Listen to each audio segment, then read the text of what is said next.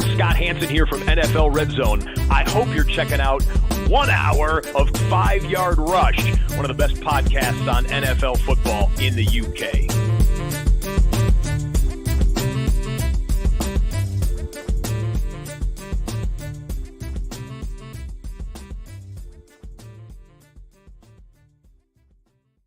Hello, Rush Nation, and welcome to the 5 Yard Dynasty podcast. I'm your host here on Tuesday, the 21st, and the only reason I mention the date is because it's the second best tradition or holiday in the United Kingdom's calendar. I don't know whether our guest has it over in America, but it's Pancake Day or Shrove Tuesday if you really want to be specific. And personally, I have it ranked second just behind Christmas because I do my rankings based on the food that you eat on the day. But as I said, we've got a special guest all the way from America. He's not come over to the UK just specifically to talk on this podcast. He is still in America, so that's why we push the live time a little bit later on. But we have Jesse. He runs his own TikTok and YouTube for fantasy football, as well as writing or creates content for the LeagueWinners. He's an avid member of the Dynasty Lounge that Joe O'Leary, one of the guys that I interact with on Twitter quite a bit, created. It's a great community. But Jesse, let's bring you in. How are you doing, buddy? We haven't had you on the podcast, but it's been great to get you on finally. Yeah, I'm happy to be here. We've had some pretty good interactions, and everyone in that community does a great job. It's one of my favorite places just to go on and talk with different people, see how they feel about every players, get takes, and make great friendships. Yeah, it's honestly one of the best places that I've ever decided to join up for fantasy football. I know that I ran a few leagues last year, and those leagues went well. I didn't play in any of them. I ended up having way too many leagues in general. But yeah, there are some great leagues, and there's always great communication going back and forth within the Dynasty Lounge. So if you do want to find out anything more about that, hit me up or hit Jesse up. Jesse, where can they find you on Twitter, TikTok, YouTube, etc.? So I try to keep it simple. I'm all one user because it gets kind of complicated if I'm different on YouTube or TikTok or Twitter, all those. So it's JMoller05. Nice and simple, easy. My last name's a little difficult. It's MOELLER. Yeah, so that's JMOELLER05, and you can find him on TikTok, YouTube, and Twitter. And he also writes for or creates content. I don't actually know whether you're right for the LeagueWinners, but just so all the listeners understand a bit more about you, Jesse, how long have you been playing fantasy football? I can see from the notes that you've been playing a lot longer than me. So how long have you been playing, mate? About 25 years. I started in sixth grade. It's through my dad. He loved football. In 1987, I was 1 year old, went to the game dressed as Brian Bosworth. So I had the faux hawk, everything. And my love of football was born there. And it's just exponentially grown for every year. And I played all the way through high school, some semi-pro stuff. But once that ended, I was like, well, might as well just fully dive in, see how it goes. I can guarantee you I haven't been playing for that long. About 5 years fantasy football for me, and about 10 years watching the NFL. But definitely not 1999. So how did you get into producing content? As I said, I've mentioned it a few times now, TikTok, YouTube, and LeagueWinners. You must be extremely busy.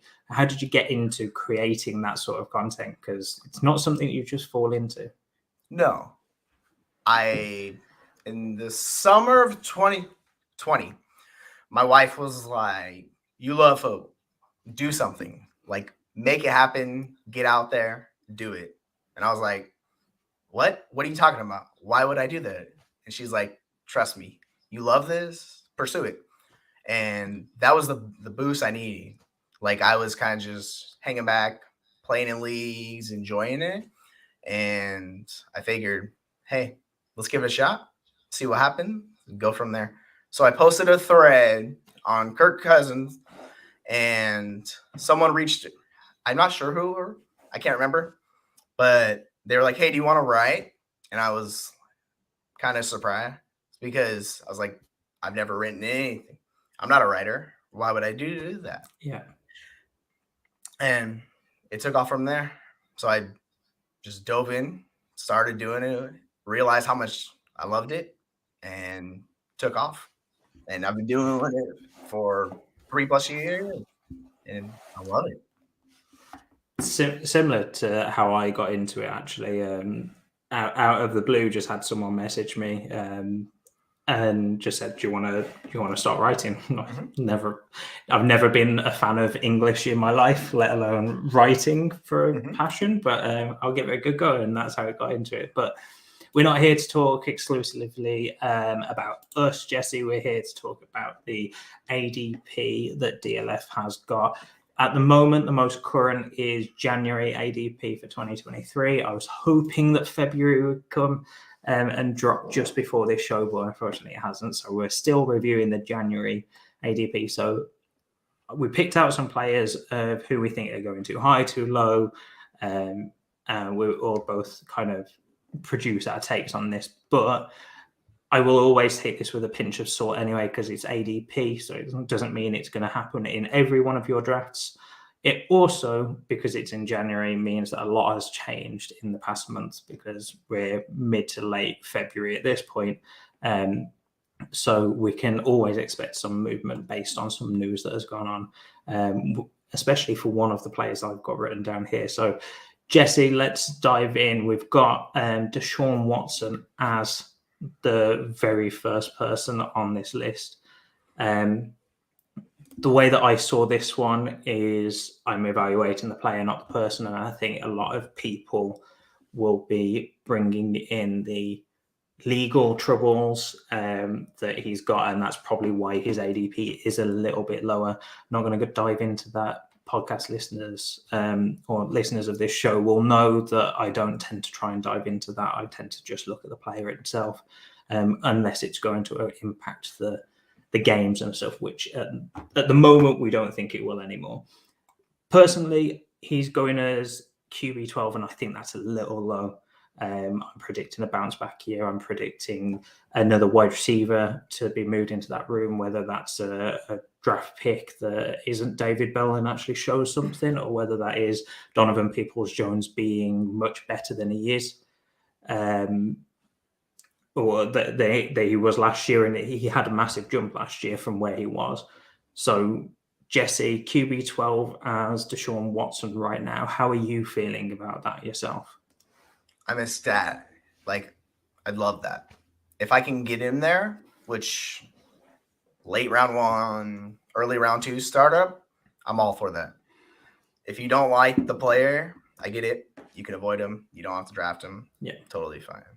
Based on the talent, like, I want the best players. I want to win. He's going to help you win. So I'll happily pay that every time. Yeah, I'm with you, and I'm in a Dynasty league. It's one QB, so it's slightly different, where I can't remember his name now, and I feel really bad for forgetting who actually set this up, but it's a co-owner league where it's 14 teams to 28 co-owners, and we're all content creators, so there's always conversation in there. Even though it's one quarterback, Deshaun Watson went QB 10, and that was actually me and my partner going to QB 10 thinking, oh, this is an absolute steal. I think it was in the 5th or 6th round. When Joe Burrow and the likes went 2 to 3 rounds earlier. I think it's quite interesting to see that disparity there. And I think that out of everyone after the Joe Burrow tier, you're going to see Deshaun Watson as probably the favourite to jump up as upside, because he's already shown that, hasn't he? Yeah. I mean, I don't know what else you really want as far as production. because he's giving you all that. So we have that to go back on. And I know last year wasn't the best, but we're expecting another year in the system. It's going to get better. And he's got that pass production where he was QB4, QB5, and QB4, if I'm correct on that. The 3 previous years. It sounds about right. He was definitely QB5 for a few years running, or in the top 5. But yeah, I understand people not wanting to draft him because of the personal issues there, and that makes sense. But if you're drafting purely on talent, QB12 feels really low, and that upside, it just feels like he's the next guy to take that step into the tier. At least we've already seen it. Staying on the quarterback train, though, we've got Kenny Pickett next on the list. And this one is the complete opposite to Sean Watson in terms of where I kind of see him. He's currently going QB 15. Again, when I say currently, that is January ADP. But to me, I don't see him any better than a mid to late stable QB2 for a roster. So we're taking him 3 spots behind Deshaun Watson, who has elite upside. And yet I see him as a stable QB 18 to 24 on any given year. Where do you fall on Kenny Pickett? Because it just feels like you're paying too much for mediocrity there. And I think age is kind of bumping him up a little bit. I completely agree. I don't get why he's QB 50. Like, give me all those guys. Let me look at it. We have like Kirk's going right next to him. And then we have Daniel Jones, Russell Wilson, Jared Goff, even Geno Smith. I would take all of them. And it feels like you're paying the premium just for age. So at QB, I don't really value age that much just because you can play for 15, maybe-ish, so why pay that? Well, exactly. We're still seeing guys like Matthew Stafford, Ryan Tannehill. Yeah, they're coming to the end of their career, but how long have they been playing in the NFL? Over 10 years to 15 years. You're going to see those type of guys still do it. And they haven't been, I know Matthew Stafford, you could argue, has been above average, but Ryan Tannehill has been kind of average for his career, and he's still making it that far into his career as a starter. Yes, he's had a few wobbles here and there with the starter role, but I kind of see that for Kenny Pickett in terms of that is the type of career he's going to have. He's going to be a mediocre quarterback. I was talking mediocrity in terms of the NFL scene, but you look at a Derek Carr, for example. Would you say Derek Carr's above average, or is about average personally?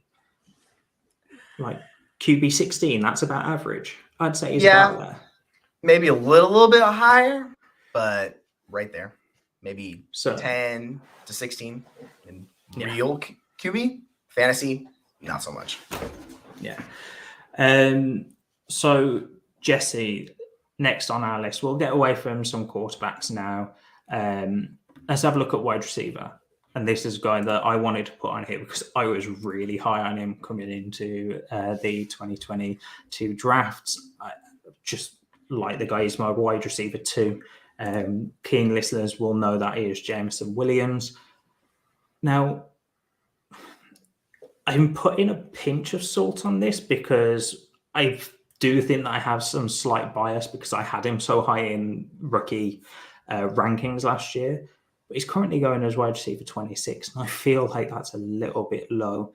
I think that if I'm getting him as my wide receiver 3 or 4 on a team, I'm laughing because I just think that he is going to have explosive playmaking ability.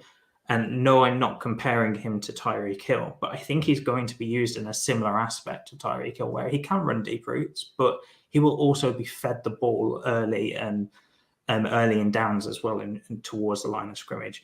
Yes, he'll be able to take the top of the defense, but I don't think he's going to be an MVS style run a deep route on most of your routes and go from there.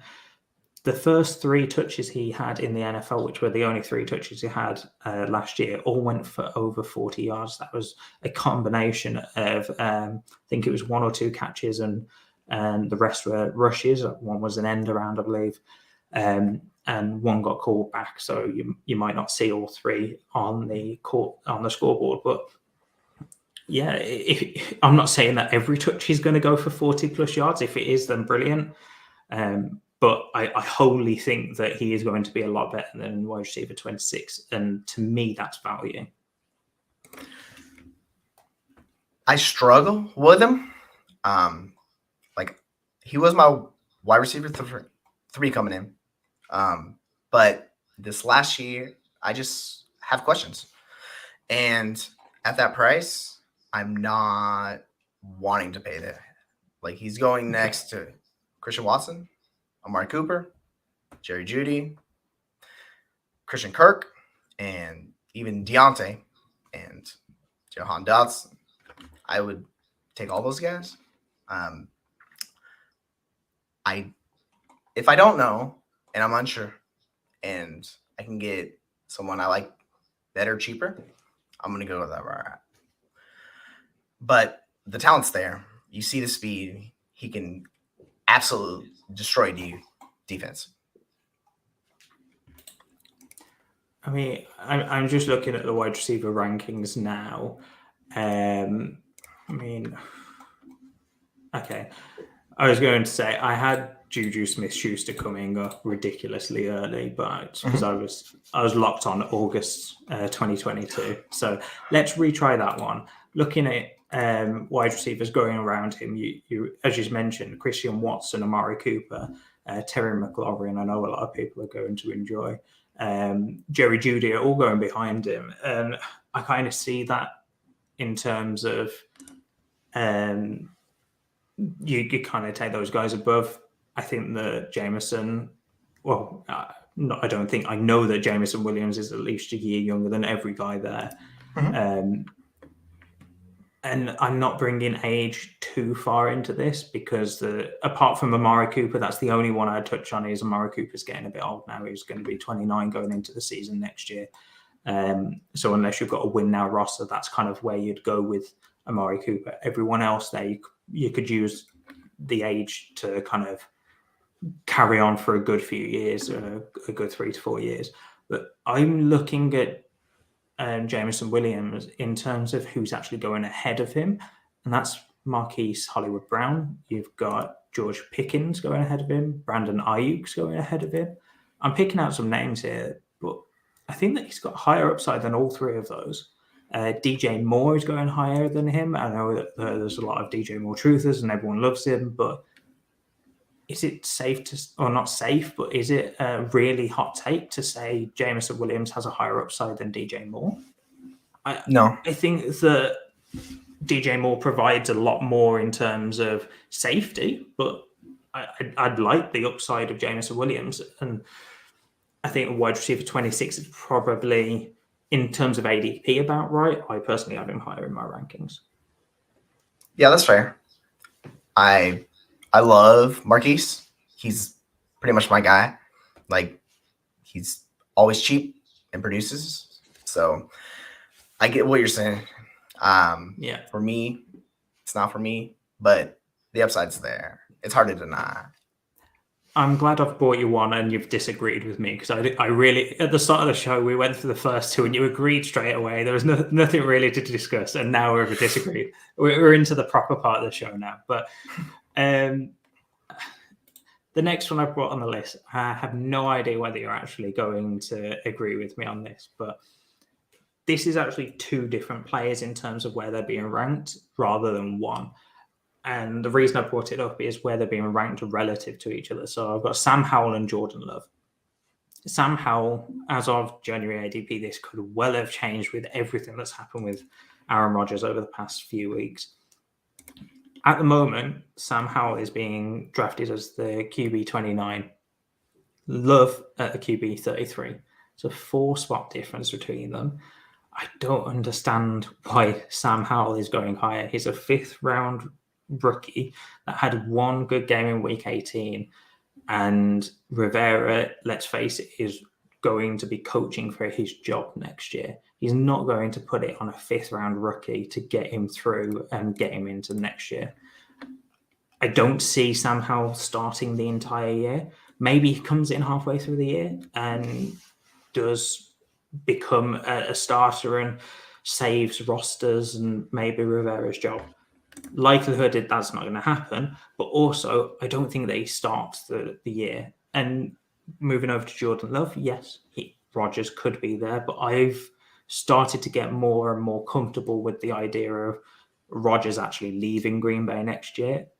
So I think Jordan Love, even if Rodgers stays, does Jordan Love stay? I don't see a world why the Packers would keep Jordan Love for his final year before they have to put his first fifth year option on.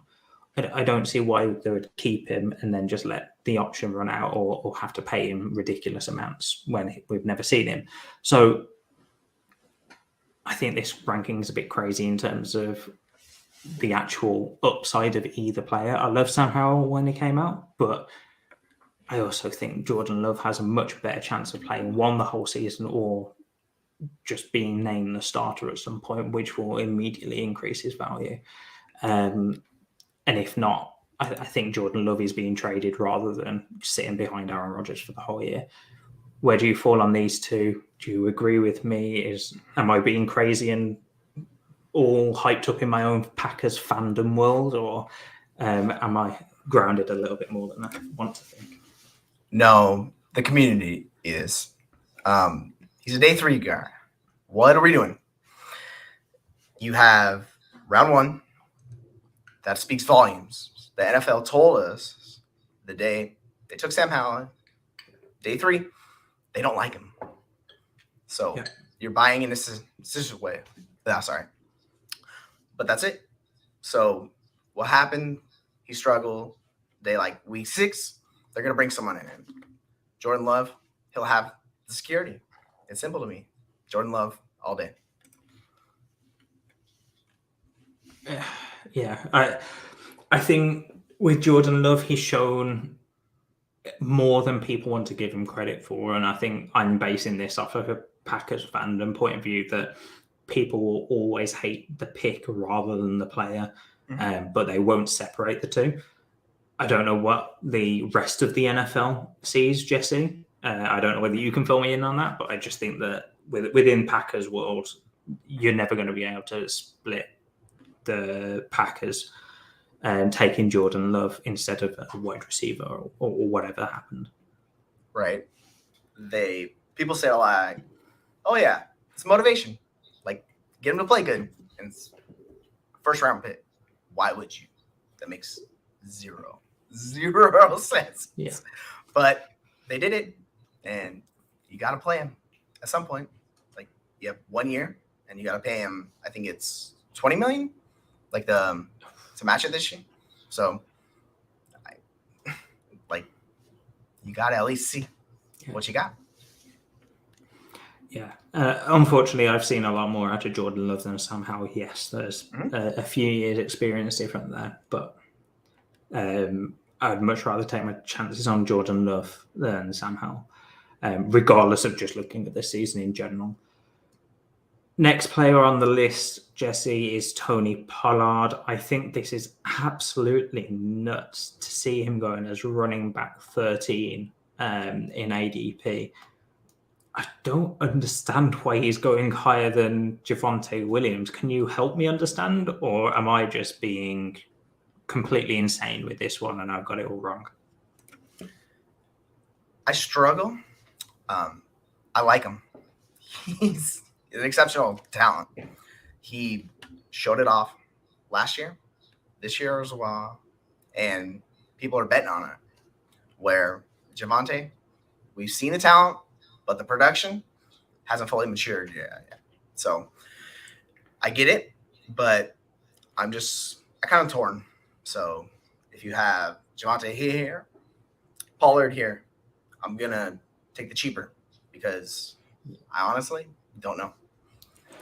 What do you feel about Tony Pollard's price at RB13, though? Do you think that's a bit rich, or is that roughly about right? It feels about right to me.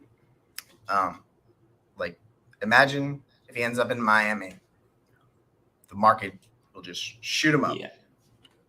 So, do you think he'll go higher than RB13 though? If he ends up in a perfect spot, so we're talking, I suppose, Buffalo Bills, although there's a bit of a Cook timeshare maybe. Dolphins, as you mentioned. I'm probably blanking off a few other places where it'd be high value, but if he did land in, say, the perfect scenario, no drafted running backs, do you see him being any higher than RB13? yeah. We have Chubb, Harris, Swift, Mixon, Jacobs, all above him. But they're all old. So it's kind of interesting to see. But, like, I could see him jumping maybe to RB7, right where Breece Hall is at.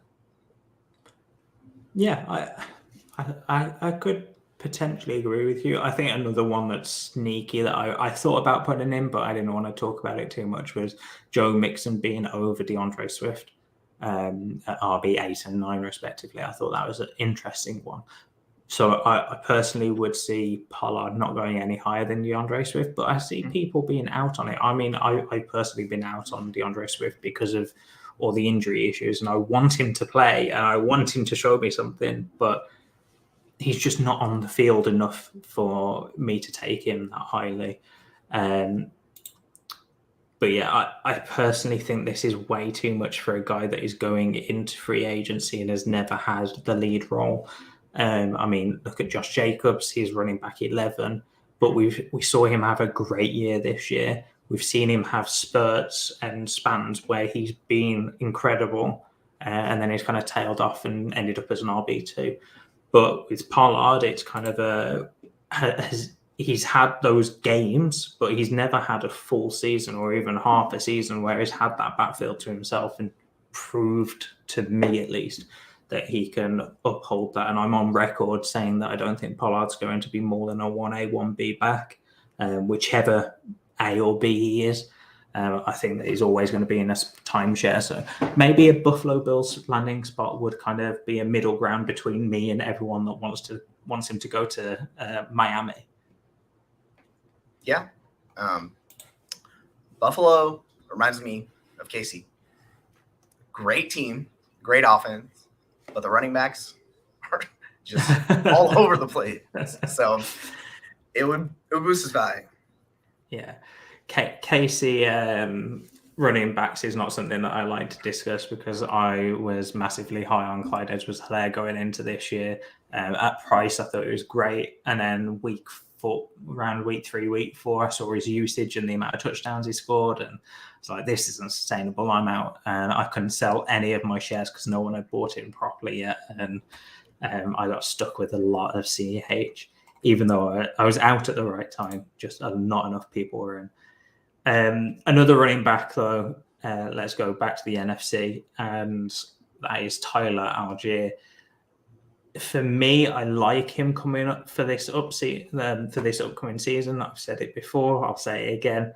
I don't think the Falcons bring in a big asset to rival or take away a lot of the timeshare that he's going to see with Cordero Patterson. I think maybe a 4th or 5th rounder back would probably come in and take a bit of work, but I don't see a lot.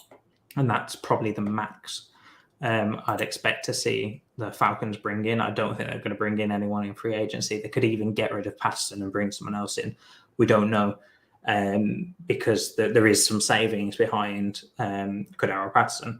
But Jesse at RB29, do you see Tyler Algier as being a little bit of a value, or are you completely against my thinking? I'm not really into it, but I get it. I see what you're saying. It's just, for me, these day 3 running backs, I'm pretty much out. I did this with Ramonde last year, and It blew up in my face. But it's just, even if he gets a little combo, then it might cut into that Evs side. And I don't know, how valuable he'll be. Yeah, I suppose I'm looking at this one from a production point of view rather than a value point of view. He did have a few good games where his RB13, RB8, 12 again. But then there are also times where, bearing in mind some of this was earlier on in the season, was RB60, RB57, 50, 45, and that's just weekly rankings. Mhm. He was the RB29 overall in PPR, so I don't think that I'm expecting a lot of increase in value, but I kind of see him edging into that RB2 role or RB2 range if he stays healthy. And with CPAC going, maybe we can see another asset brought in, but as I said, I don't think it's going to be a big one. And I really think that Algier has some nice upside. I just don't think it's going to be running back one side upside, which is what people want to see for a back before they start buying in and adding value onto someone. So I think that he's going to probably stick around, and I don't think he's going to lose too much value going into next year. Another running back, though, that I do think will have increased in value not only from this time next year, but from when this January ADP was taken to now, is Kenneth Gainwell. Avid listeners of the show knows that 2 years ago I was massively high on Kenneth Gainwell.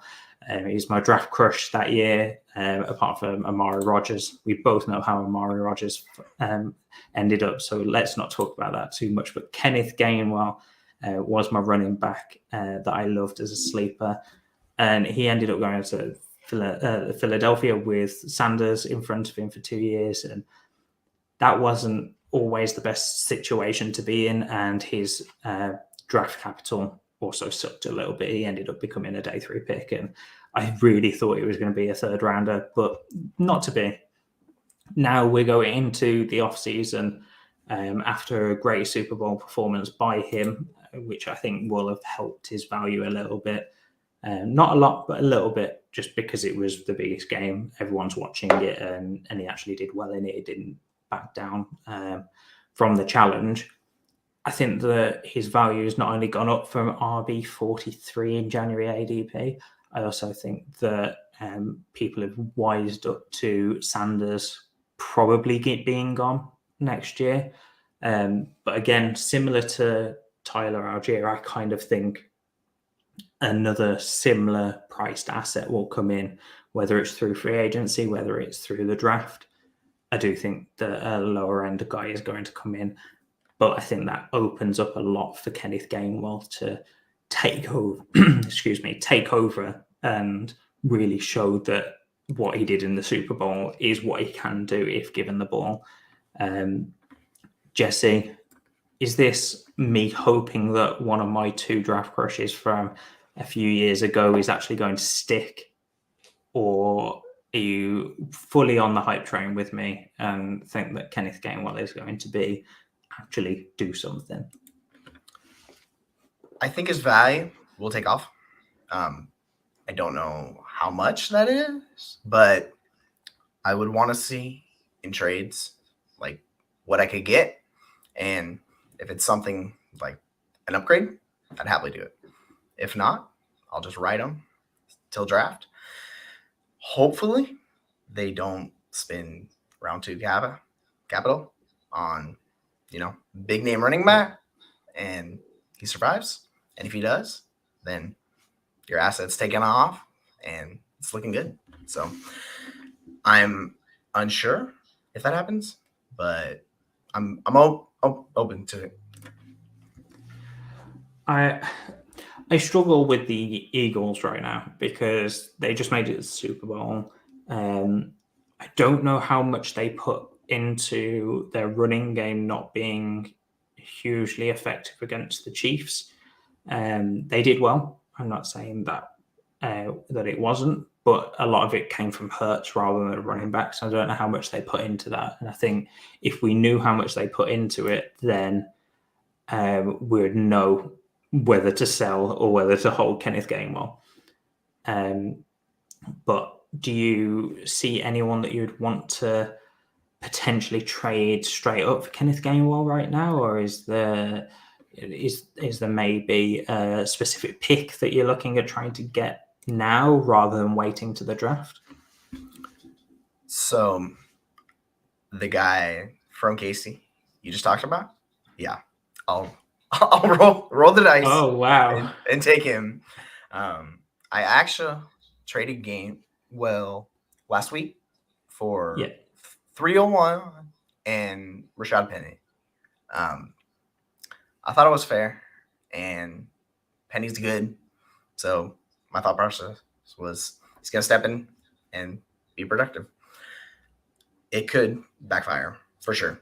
Yeah. But I love the class. So if I can get a late 2, early 3 with a plus, like, I'm all for that. Yeah, I think for that sort of price, I'm with you. I think Penny is a high upside guy, but also could flame out. If he has another injury, it's basically he's done. Yeah. If he has another big injury, but if you can get Penny plus, as you said, a late second, early third, I'm all down for that. Even though I like Kenneth Gainwell, I like his upside. I do think that you've got to temper expectations a little bit, and even though you can see my love for him running wild a little bit, I'd still do those sort of deals. CEH take is quite spicy considering the current value on CEH. I'm frantically 7, so that's 5 spots behind him, behind Kenneth Gainwell. So that's quite interesting. But I think at that point you're kind of looking at a lot of guys that are kind of much of a muchness, and yeah, it's a lot down to personal preference. Mm-hmm. So Jesse, George Pickens is on the list. We're starting to move into some wide receivers now. I put this one on here because I think that this is ridiculously high, but he's currently going wide receiver 24.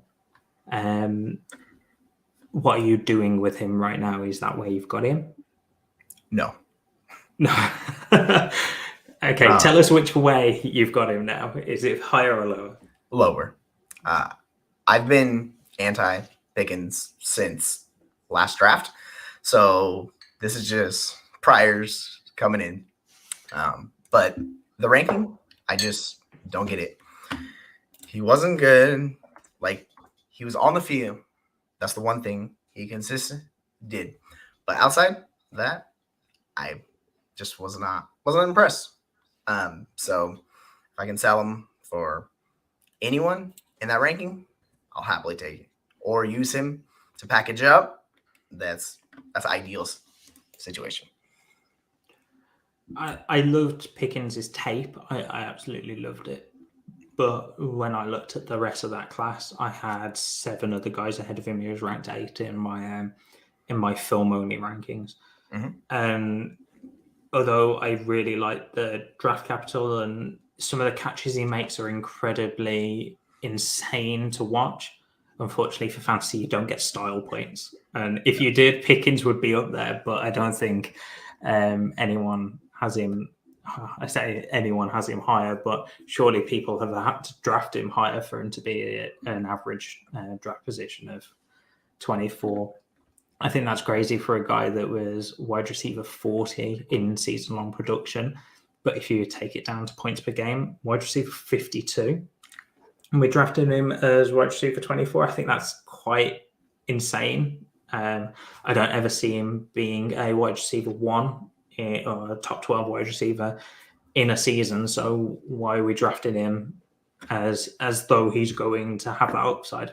I personally don't see it. I think a lot of it also comes down to Kenny Pickett. I don't think he's got that kind of upside.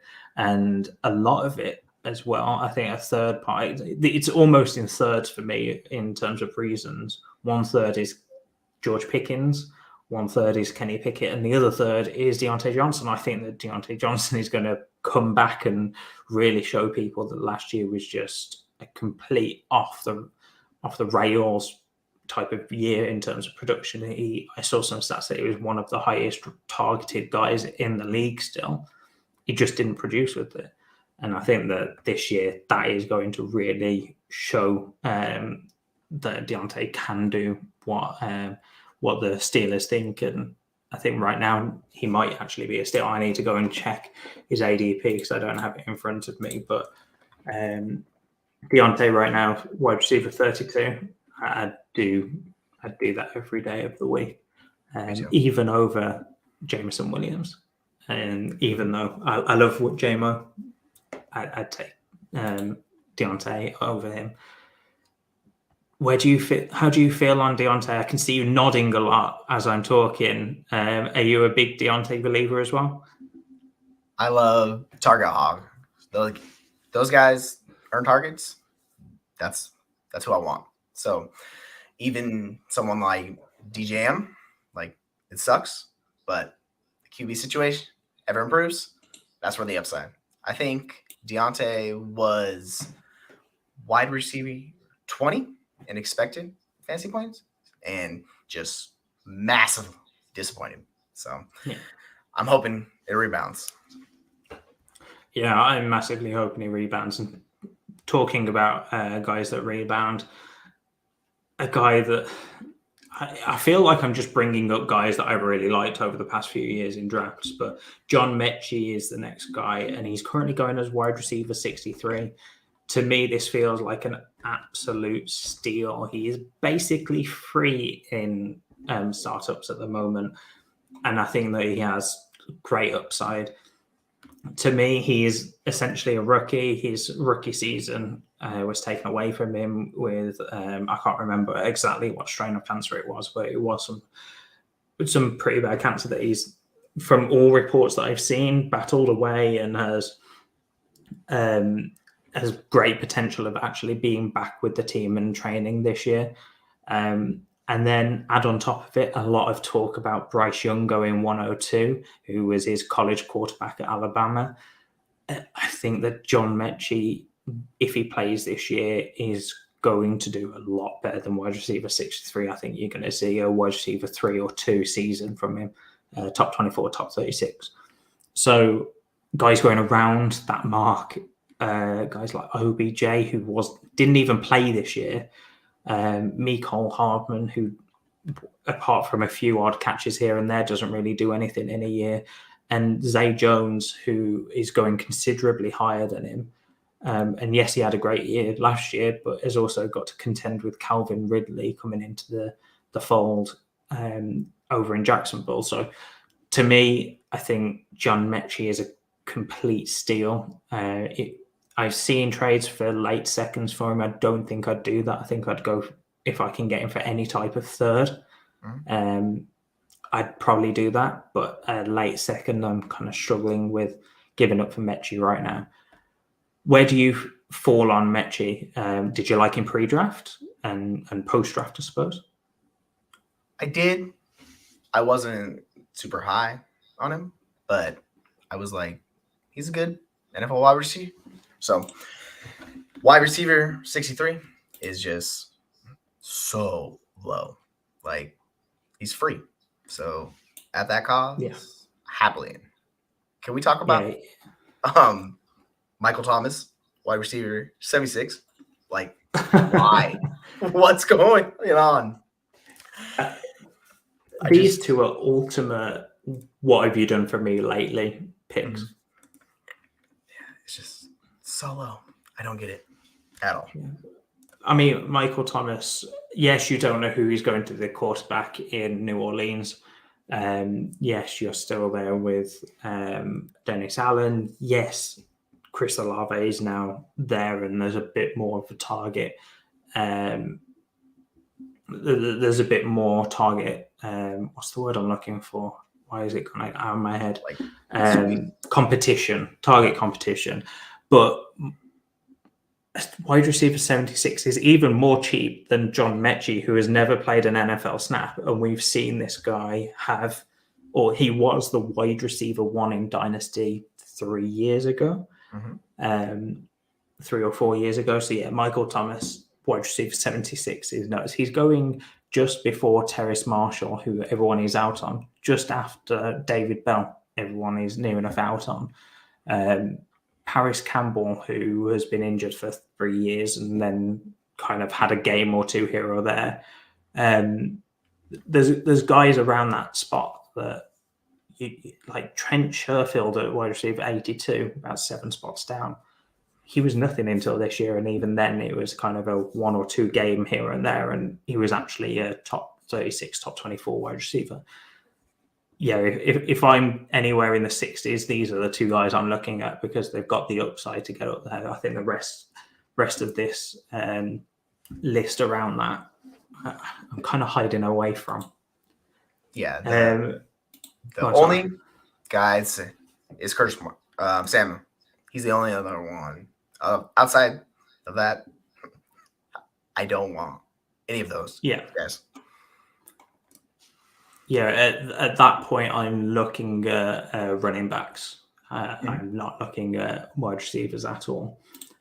So let's stop looking at wide receivers and let's look at tight ends. So I've got Evan Engram on my list, and this time last year I was massively high. Or not this time last year because he wasn't signed, but say about 10 months ago, I thought Evan Engram was going to have a great year, and he did, not to the level that I wanted from him, but I still think that he had a great year and completely outproduced what the ADP was, what most people thought. And we always knew he was on a 1-year deal, so we have no idea where he's going next year. He's currently being drafted as tight end 8. I think that is nuts. Behind, just behind Pat Fryermuth, just after.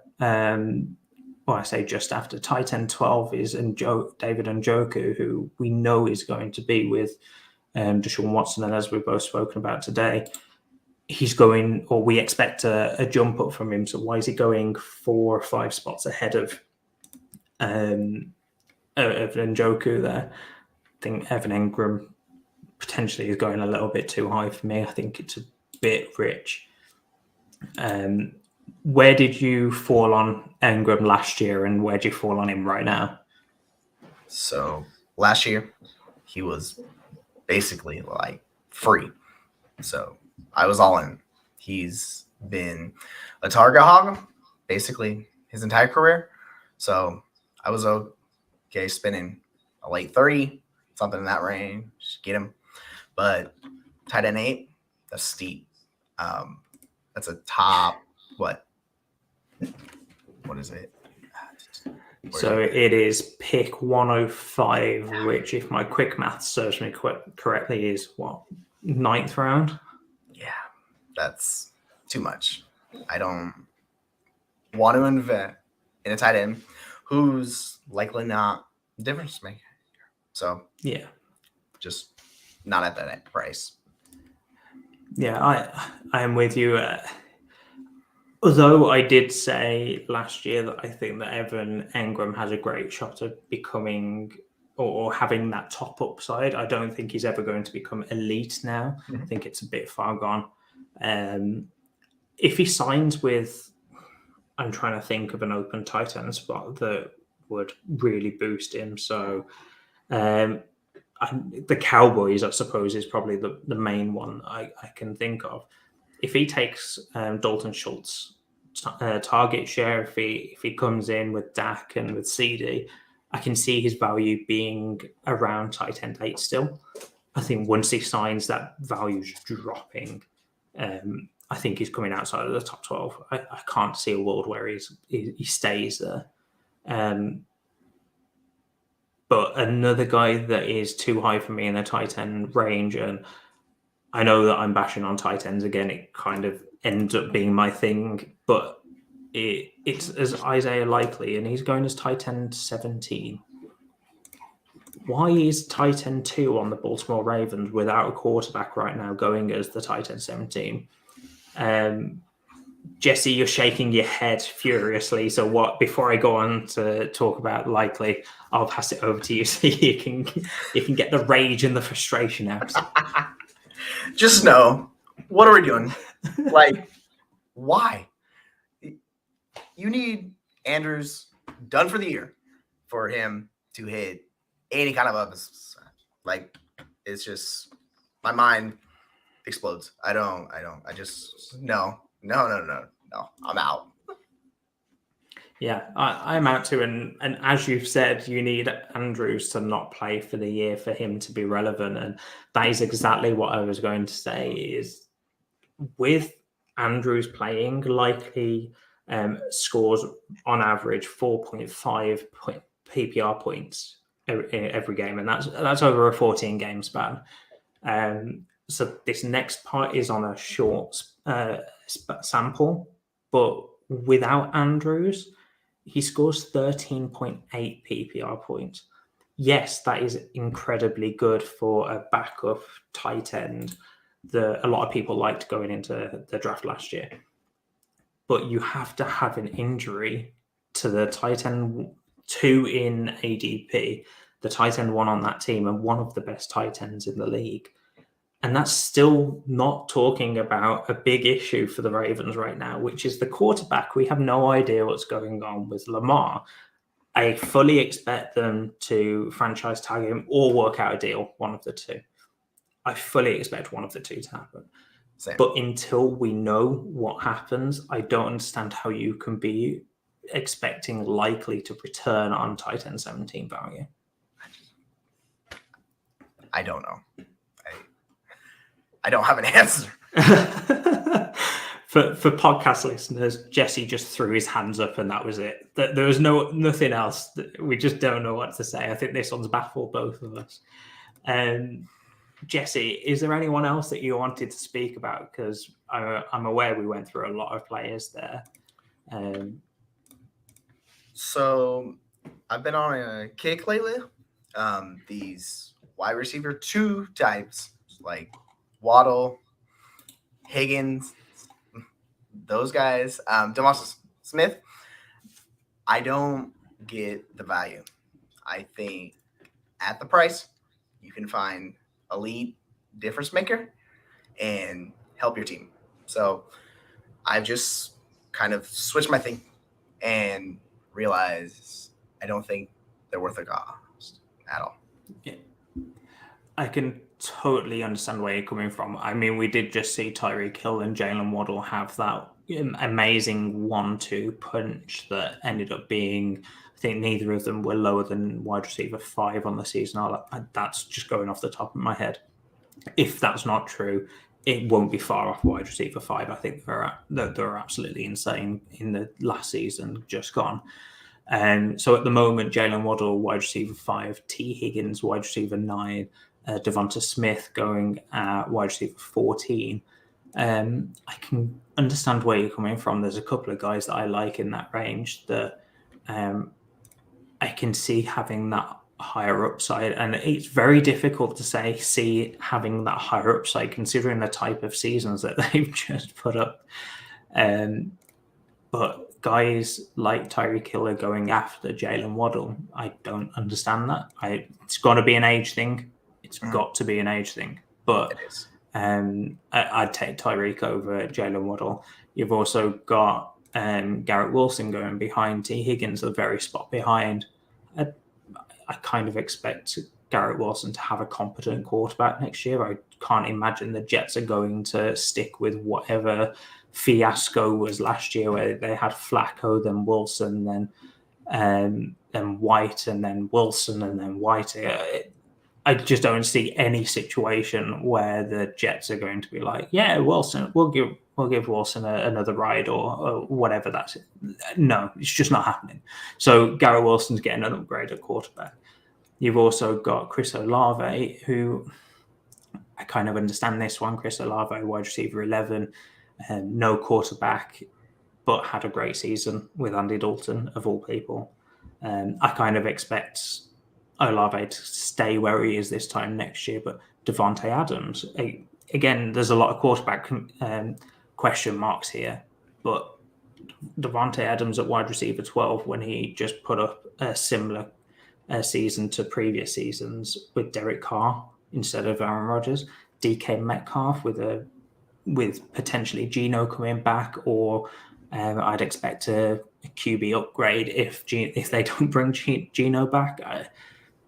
All of these players are going in and around T. Higgins and Devonta Smith, I'll probably take all of them over T. Higgins at this point. So I'm with you.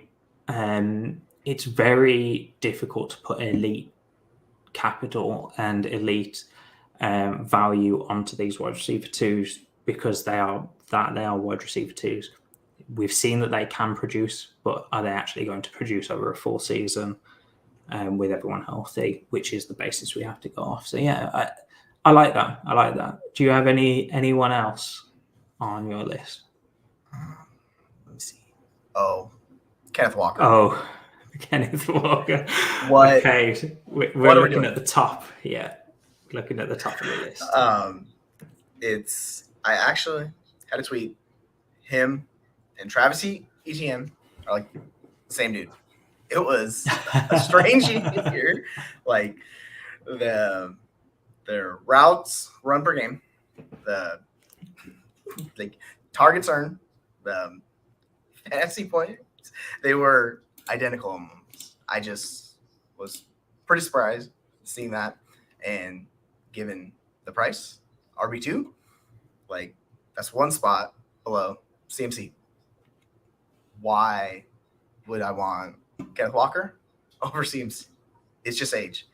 Outside of that, or even JT, we get Tyreek Hill, and then there's guys like Eckler, players in that range.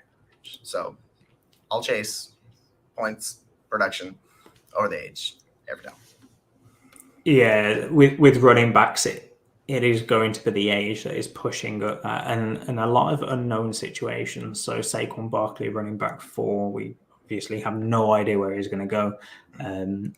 Kind of expecting to go back to the Giants on some sort of tag or whatever that situation is, but he could easily walk, and we don't know where he goes, and that could be a concern for managers. You've also got Breece Hall, running back 7, that is coming back off an ACL, so no one knows how he's going to do.